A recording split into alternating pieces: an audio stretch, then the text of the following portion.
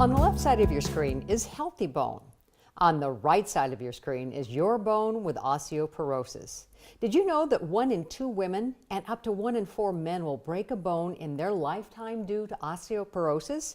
For women, the incidence is greater than that of a heart attack, stroke, and breast cancer combined. Welcome to What's Next, everybody. We are talking about osteoporosis, and my guest is Karen Marcouiller, a personal trainer certified by ACE, that's the American Council of Exercise, and NSCA, National Strength and Conditioning Association. Welcome so much. Thank you, Diana. Okay, so we're going to talk about osteoporosis, but we also talk about living your passion at any age. And I know that you've said that fitness has been your passion from the beginning. How did that come about? Well, I have a business degree, and I got into the business world doing selling and doing program management, and I just hated going to work. And I started working out. I'd always been kind of a runner since college, but I started doing more weights, and I just knew that that was what I wanted to do. I loved it. I loved how it made me feel. I loved what I learned about it, and I wanted to help people with it. So I ended up just kind of going back to school and taking different classes and started out that way, and I have never looked back. I love it. I love it every day. And you've been a personal trainer now for many years, but a lot of your clients you've shared with me are past the age of 60. So you're starting to see a few things with them as you train them. Correct. So as I've aged, I'm over 50. As I've aged, I have geared my training towards people that are more like me. Mm-hmm. So right now I have a lot of clients that are over 50, over 60, over 70 even.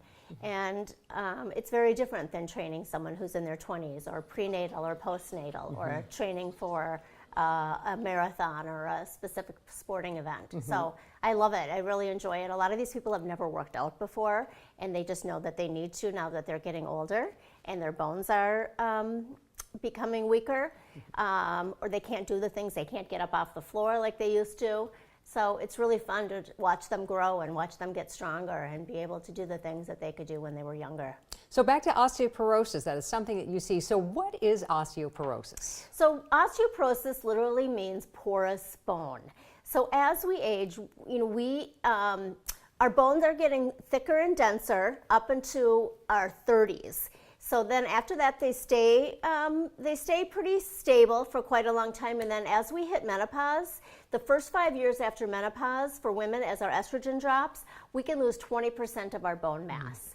And so that's a real issue for many people, especially if you don't, if you haven't really built up your bones in your younger years, mm-hmm. and then you start losing, then it's really an issue. So our young girls, teenagers, and young people in our 20s really need to be building up their bones, mm-hmm. for later in life. It really is imperative because really you're setting the tone for later in life, earlier in life. Correct. Okay. Yes, exactly. So let's talk about the risk factors of osteoporosis. So there are uncontrollable and controllable risk factors, some that we just can't control. We can't control our gender. Women are more prone to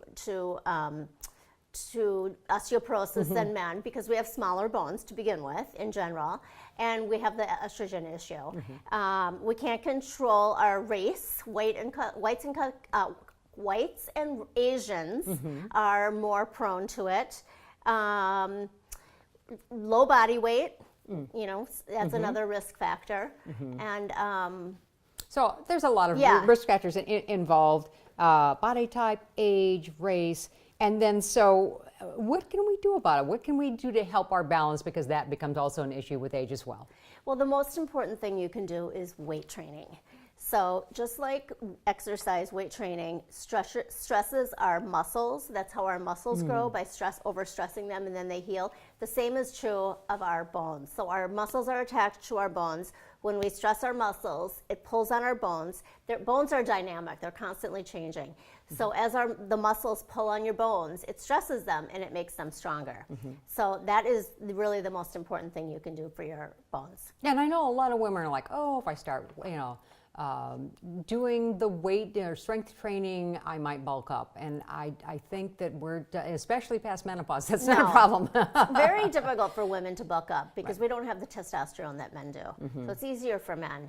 Mm-hmm. And for a woman to get those big, bulky bodybuilder bodies, they have to spend hours in the gym. Mm-hmm. and the eating, the clean eating, and it's that weight training should not be associated with bulking up. But it's mandatory, really, if you're trying to build your bone strength and maintain proper posture and other things as we age, and sometimes we tend to slump, but if we start to make those muscles work for us in the correct way, then that's probably what keeps us going. I know a lot of people want to try and do supplements. So what's the best way to get supplements into our system that will help deflect osteoporosis? Well, the best way to get nutrients into our body is from food.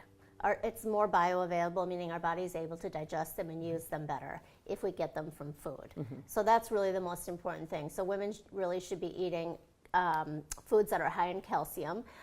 Calcium is like the bricks. If you think of a brick wall, calcium is like the bricks in the brick wall. So important, but it also needs the mortar to hold it together, and that's in vitamin D and magnesium and beta carotene. There are many other vitamins that are important, and you cannot absorb calcium without vitamin D, so you have to be sure you're getting that vitamin D to go along with your calcium. And I know we tend to be, in the winter in Minnesota, we tend to be a little sun-starved. Right. And if we're applying our sunscreen during the summer, which we're supposed to be doing, yes, the vitamin D becomes a little less available. So how do we overcome that?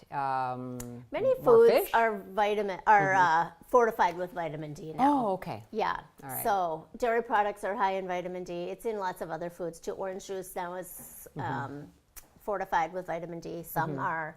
So you just have to really read the labels and make sure that you're getting 1,500 milligrams of calcium if you're at risk for osteoporosis, and enough vitamin D and the rest of the minerals that are important. Yeah, I know. At least with some of the things that I'm taking, I know that I take magnesium before I go to sleep. Oh, good. At night, well, again, my doctor's talked to me about that, and it's like, okay, that'll help you. And because I'm at risk, a slender white female. My mom was kind of a slender white female. And so I've already had the density testing.